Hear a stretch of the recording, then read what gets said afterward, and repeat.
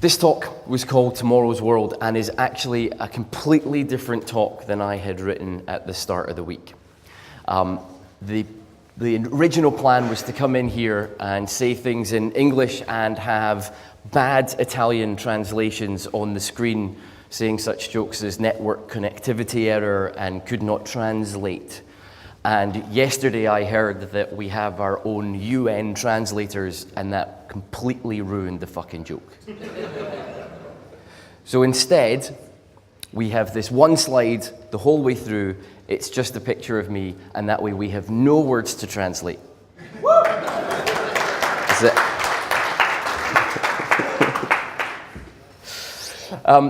The original talk that I wanted to give to you guys was based on an article that Rowan had tweeted out about 2 months ago. It was in The Atlantic, talking about the change in technology, about how we're moving from a mechanical world to a software-driven world, how it's going to be harder and harder for people to get things fixed because we can no longer physically see where something is broken. And this kind of got me thinking a little bit. While I was reading the article, I was being driven down the motorway by my partner. And for any of you that don't know her, she's about this height, and she drives a big estate car. It's scary as hell. But this new car has a steering wheel on it with cruise control. It's the first time I've ever been in a car with cruise control. And you change the speed of the car by flicking a little button up or down. And I realized as I was sitting, watching her play Mario Kart, that she was not touching the pedals at all, and not just because she's tiny, but because she had basically turned the steering wheel and this entire big car into a little Super NES controller, and she was driving like this. And that really kind of got to me about the change in technology and how we view things. And that was the original point of this talk. In practicing it, though, I realized that it was very much this guy. It was Consulting Kev, the one that pays for the mortgage, and not the kind of Kev I like to be with you guys. I realized it was a very formal talk, and I kind of want to do something slightly different with you guys, because I think I've already pissed enough people off with my Joomla Day UK talk. And for our Italian friends in the room, if you've not seen that, I genuinely think it's worth 20 minutes of your time just so you can actually hear the moment when people get offended. There's like an audible thing in the room. It's fantastic. But I think it's a good lead into this. Oh yeah, there's a bad joke I realize I've missed about just being an ordinary fella on a stage with his own UN translator. So the reason I want to talk to you guys, just me, not Consulting Kev, is that I think there is a massive, massive opportunity in the CMS market in the next 5 years. Because I don't think that you guys, not just Joomla, WordPress and Drupal and Adobe CQ or AM, whatever it's called now, I don't think you guys really know the market you're in. And I think that because the market you have been in for 10 years has been the creation of websites, fairly basic websites. And websites, for the most part, haven't changed in 20 years. The web, for the most part, hasn't changed in 20 years. That, in my opinion, is going to fundamentally transform in the next 5. So let's start with what market you're in. What do users want?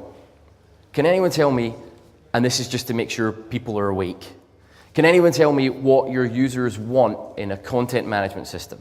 Something, shout out. Clairvoyant answers. What, sorry? Clairvoyant. Clairvoyant answers. That's actually a fantastic answer. And we'll look round to that. So let's do it this way. What is Joomla's biggest strength? Community. Okay, cool. I can't sell that to a client. But that's true. That is Joomla's amazing strength. So from a technical point of view, what is it? Website updates, that's awesome. And extensibility, that's awesome too. Oh, there's too many, I'm really sorry. Multi-language, that is an awesome one. I like that a lot. What's Joomla's biggest weakness as a CMS?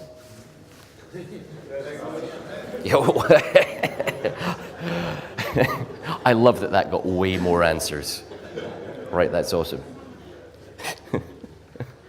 But it's great. It's great that we're able to, as a community, right, turn around and say, we know what we have as strengths. We know we have some weaknesses.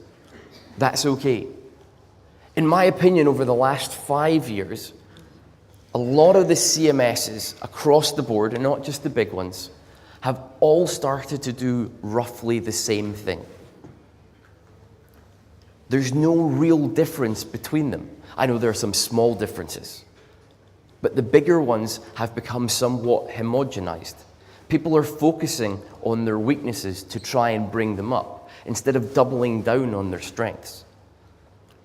The big thing for me that I promote Joomla is when people tell me they're worried about security and they're worried about multilingual.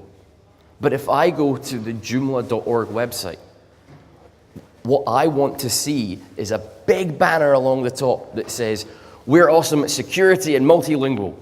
We're maybe shit at some other stuff. Because that's what people want to hear. They want to hear what your strengths are. Because, like Duke said, users kind of don't know what they want till they see it. And I think we've all had clients like that. Let me tell you a story about Campbell's Soup. Campbell's Soup actually made a lot of money from their pasta sauce called Prego, which I just realized is an Italian word, so you guys don't need that translated. They hired a marketing consultant at the start of the 80s called Howard Moskowitz. And Howard Moskowitz was tasked with finding out why no one was buying Prego sauce, but everyone was buying ragu sauce. Campbell's Soup held focus groups throughout the year, and everyone said, yeah, we really like the sauce, we really like it, but no one bought it. So what Howard did was, he had 36 different sauces made, and he went around America asking people to taste the sauces. And although people said which one they liked, people fell into 3 groups. They had traditional sauce, they had meaty sauce, and they had chunky sauce. Turns out that no one had ever said in a focus group that they wanted chunky sauce, because no one had ever specifically asked them, do you want chunky sauce? They had always asked them, do you like what is in front of you? And people said, yeah, I like it, give me free sauce. Completely changed the way that Campbell's thought about how they interacted with users. They released Prego sauce, which was chunky, and it cornered the market within a year. Campbell's made an extra $600 million from Prego chunky sauce in the 80s alone. The point of this is, users don't know what they want. And if you ask them what you want, they will tell you what they already have. Henry Ford said it best when he said, if I'd asked people what they wanted, they would have said a faster horse. The reality is, though, that a faster horse is what they wanted, but the outcome, the output that they wanted, was the ability to go from A to B faster. The next question I have is, how many people here have teenagers in their house? I do now, and it's new to me, and it's frightening. It's absolutely frightening. So my big thing that kind of makes me laugh is just the sheer amount of time that both teenagers, boy and girl, in my house spend pretending to be a fucking dog on Snapchat. If you'd have asked people what the single biggest feature they wanted in a phone 5 years ago, it would have been better texting, it would have been group chat, it would have been any myriad of things. But the number one app last year on the App Store was Snapchat. Users don't know what they want when you ask them. The change for me in technology is the most interesting thing. How many people here still has a desktop computer? Okay, about half. That's awesome. How many people had a desktop computer 10 years ago but now don't? Okay, cool.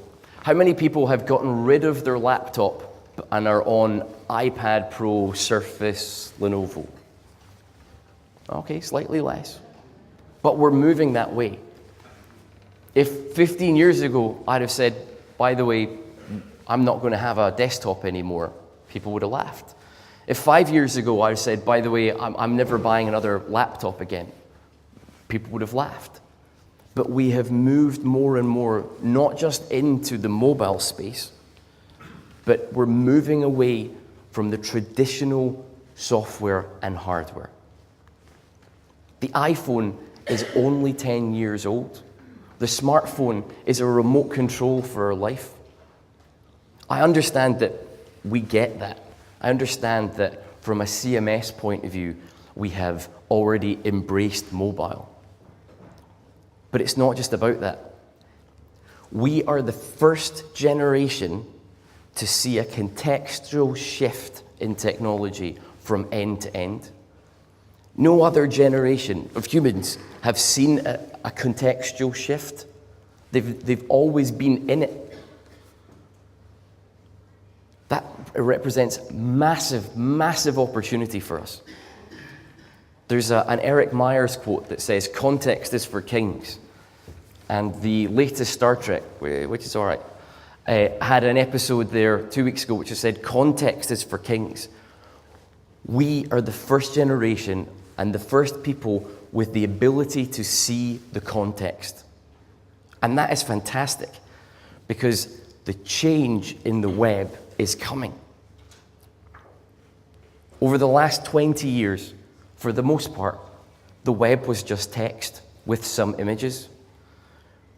But the percentage of images is growing. The percentage of video on the web is growing. The percentage of voice and audio on the web is growing. And that, to me, is a fundamental change.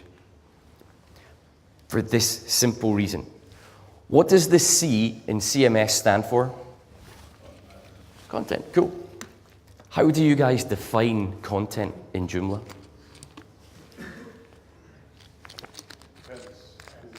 What depends? Okay, that's an interesting one. Because here's one thing. So, the amount of audio content on the web is on the way up in comparison to text. Great.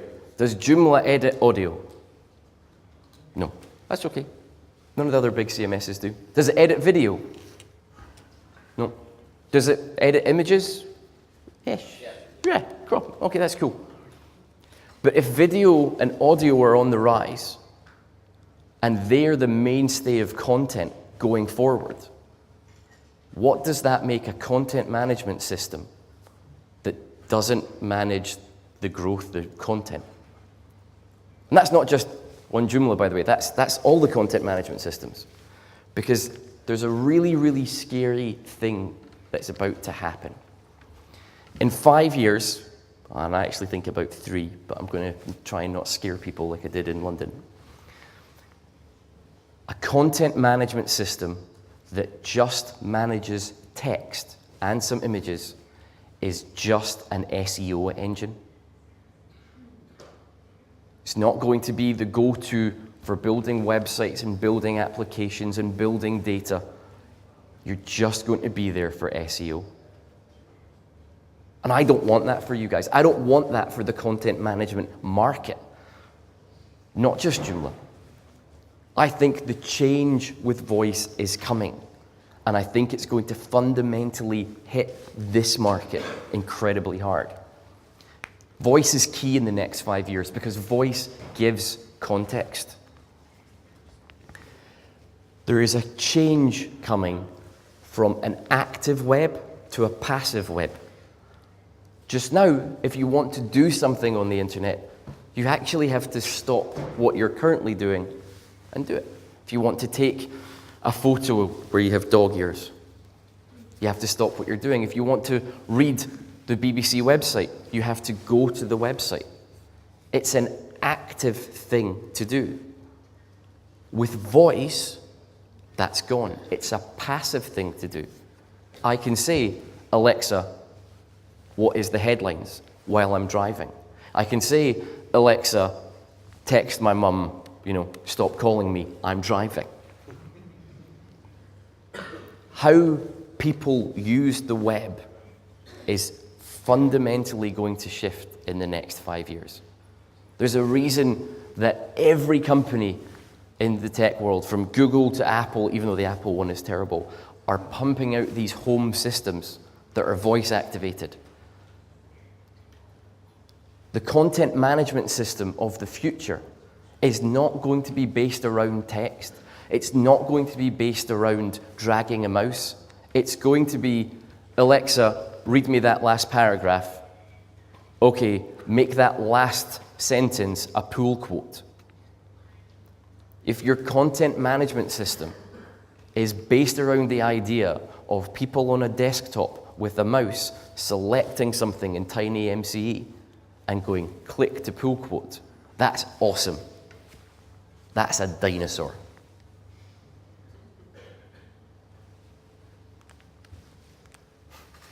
Voice, AR, augmented reality, virtual reality, these things are all coming to a certain extent, right? I think AR is very far away. I think VR is, from a consumer point of view, is super far away, much further away than a lot of the technologists want us to believe. But with the rise of these things, with the moving away from the physical, with the moving away from the desktop, more and more devices that will be coming out are outside of our current thinking. It's not an iteration. The Alexa home speaker is not an iteration on the mouse. It's an innovation on the next thing. The light bulb, which are blinding me right now, these light bulbs are not an iteration on a candle. Each leap forward that we make comes as a surprise to people. And I don't really want that to surprise you guys. I don't want that to surprise the content management market.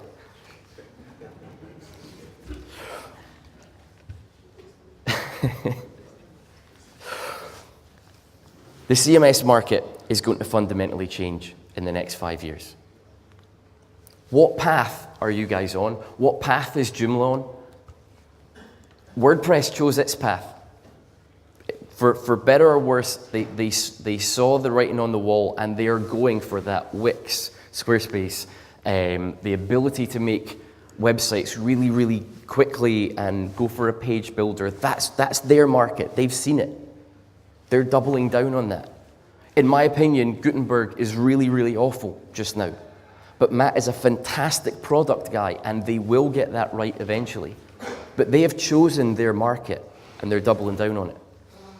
Drupal has chosen their market. Drupal have gone for the enterprise. They've gone for the governments. They've gone for a smaller niche market, but they know that market's going to be around for 10 to 15 years. Drupal is effectively Christmas CDs. It'll be around forever. And that's okay, because that's their plan.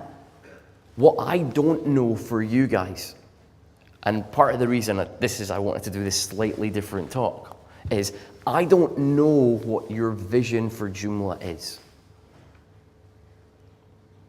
I think 4 is looking fantastic. I think the installer is such an improvement. There's so many good things about it. I love that you guys are thinking about Joomla X as well. You realize that what you need to get out soon is not where you need to go in the future. That's awesome. It really is. But I don't know what your vision is. And I'm concerned, not just for you guys, but I'm concerned for what I see in the CMS market. That the vision for the next 2 years, the vision for the next 3 years, is a slightly different version of what we've got just now. And I think that's going to bite someone in the ass. Who's your target audience? What's your why? What's your unique selling point? If it's multilingual, and I think that's an awesome one, let's start promoting that. Let's put that on the Joomla website right at the top in a big ugly banner. Jerry Seinfeld had a quote, well, I'm going to kind of end on. He says, "It's better to be giving the eulogy than to be in the coffin." I don't think the CMS market is dead at all. I don't think that Joomla is in trouble just now. I don't think WordPress is in trouble just now, or Drupal, or Concrete 5, or Expression Engine. But I do think that the change is coming. And what I want from you guys is during the afternoon sessions, during the Joomla and action sessions, during the marketing sessions, is to talk about the why, talk about your strengths, start promoting it more. That's what I want from you guys, because I want to still be doing this in 5 years and not just phoning it in from Alexa. Thank you very much.